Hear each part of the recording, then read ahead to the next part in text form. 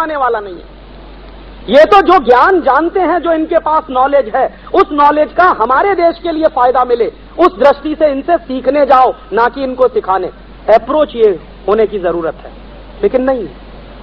और ऐसे ही एक दो नहीं है, हम लोग पिछले कुछ सालों से लिस्ट बना रहे हैं।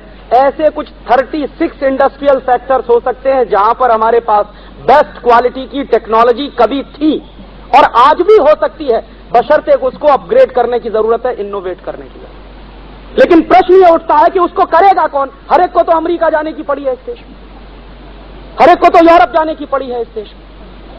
किसी को भी तो इस देश की इंडस्ट्री में और इस देश की टेक्नोलॉजी को अपग्रेड करने में इंटरेस्ट नहीं है। और इंटरेस्ट इसलिए नहीं है कि हमारा एजुकेशन सिस्टम हमको कभी भी राष्ट्र प्रेम सिखाता नहीं है।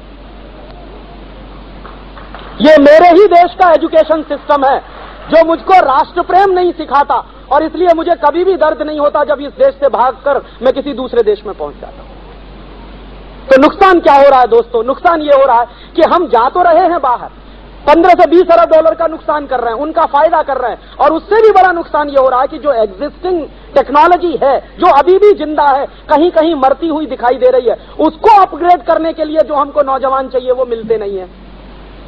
और वो देश का ही नुकसान है, किसी और का नुकसान नहीं।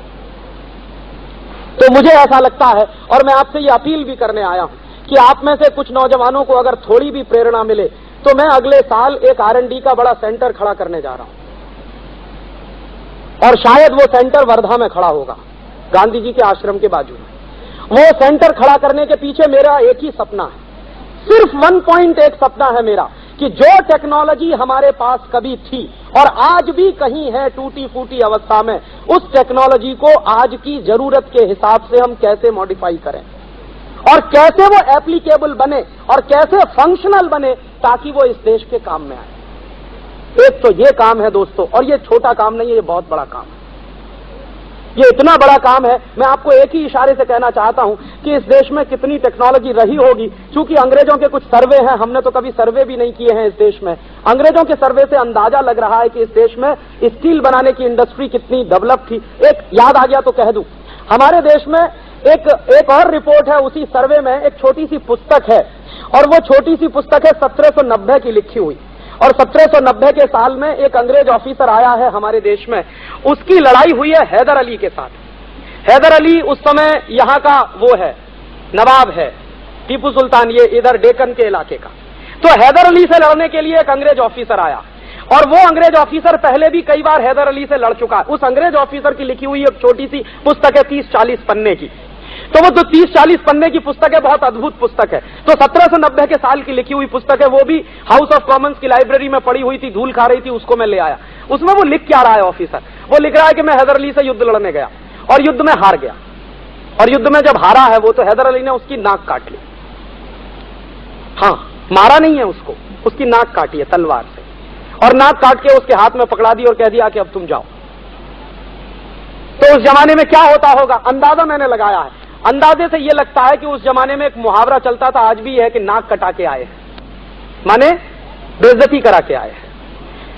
तो हैदर अली चाहता तो उसको मार देता, लेकिन वो मारा नहीं है उसको, उसकी नाक काटी है, और नाक काटकर उसके हाथ में पकड़ाई है और उसको कहा है कि अब तुम भाग जाओ और दोबारा कभी मत आना, अब की बार अगर आए तो तुमको जिंदा नहीं छोड़ूंगा। तो वो ऑफिसर वहां से भागा, और हैदर अली की सीमा के बाहर जब वो निकला है तो एक गांव का जिक्र उसने किया है, वो गांव का नाम मैं भूल रहा हूं, उस किताब में है। वो गांव की सीमा पर जब आया है तो एक नौजवान उससे मिलता है, और वो पूछ रहा है कि तुम्हारी नाक से इतना खून निकल रहा है, तुम जा कहां रहे हो? तो वो समझ नहीं पाया है, टूटी फूटी भाषा में उसने कुछ बताया है। तो वो नौजवान समझा है कि इसकी नाक कटी है, और हाथ में देख रहा है कि कटी हुई नाक है। तो उस नौजवान ने उसको इशारे से कहा है कि तुम रुको, मैं तुम्हारी नाक जोड़ता हूं, माने ऑपरेशन करता हूं। तो वो ले गया, और उसके ऊपर ऑपरेशन हुआ है कुछ 1.5 घंटे का, और 1.5 घंटे के ऑपरेशन के बाद उसने सर्जरी की है, और सर्जरी करके उसकी नाक जोड़ी है, और 15 दिन वो उस नौजवान के साथ रहा है। उसके बाद वापस लौट के लंदन गया। लंदन जाके उसका एक दोस्त है जिसको वो कहता है कि तुमको कुछ नहीं मालूम, सर्जरी तो हिंदुस्तान में होती है। तो लंदन के कुछ सर्जन्स आए हैं और वो पहुंचे हैं हैदर अली की सीमा में, और हैदर अली को उन्होंने निवेदन किया है कि हमको आपके उन गांव में जाने की इजाजत दीजिए जहां पर सर्जरी करने वाले लोग रहते हैं। तो वो लोग वहां पहुंचे हैं, और वो लोग करीब 1.5-पौने 2 साल वहां रहे हैं। सर्जरी उन्होंने सीखी है, और सर्जरी सीखकर वापस लंदन गए हैं, और fellow of the royal society की स्थापना हुई है। माने 1790 में भारत में सर्जरी की टेक्नोलॉजी उपलब्ध है, कोई कल्पना नहीं कर सकता। और यह भी आपको जानकारी दे दूं कि प्लास्टिक सर्जरी दुनिया में सबसे पहले भारत में आई है, यूरोप में यहां से गई है।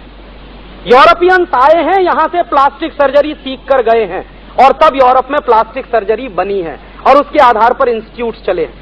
तो वो पुस्तक में 70-80 पन्ने हैं, बड़े जर्जर अवस्था में है। मैंने उसको कंप्यूटर में फीड करके उसका प्रिंट आउट निकाला और उसको रिप्रोड्यूस करने वाला हूं मैं उस पुस्तक को, और इस देश के मेडिकल कॉलेजेस में भेजने वाला हूं कि देखो पढ़ो इसमें क्या लिखा है। और तब इस देश के डॉक्टरों को शर्म आएगी ये कहते हुए कि हम FRS होके आए हैं लंदन से।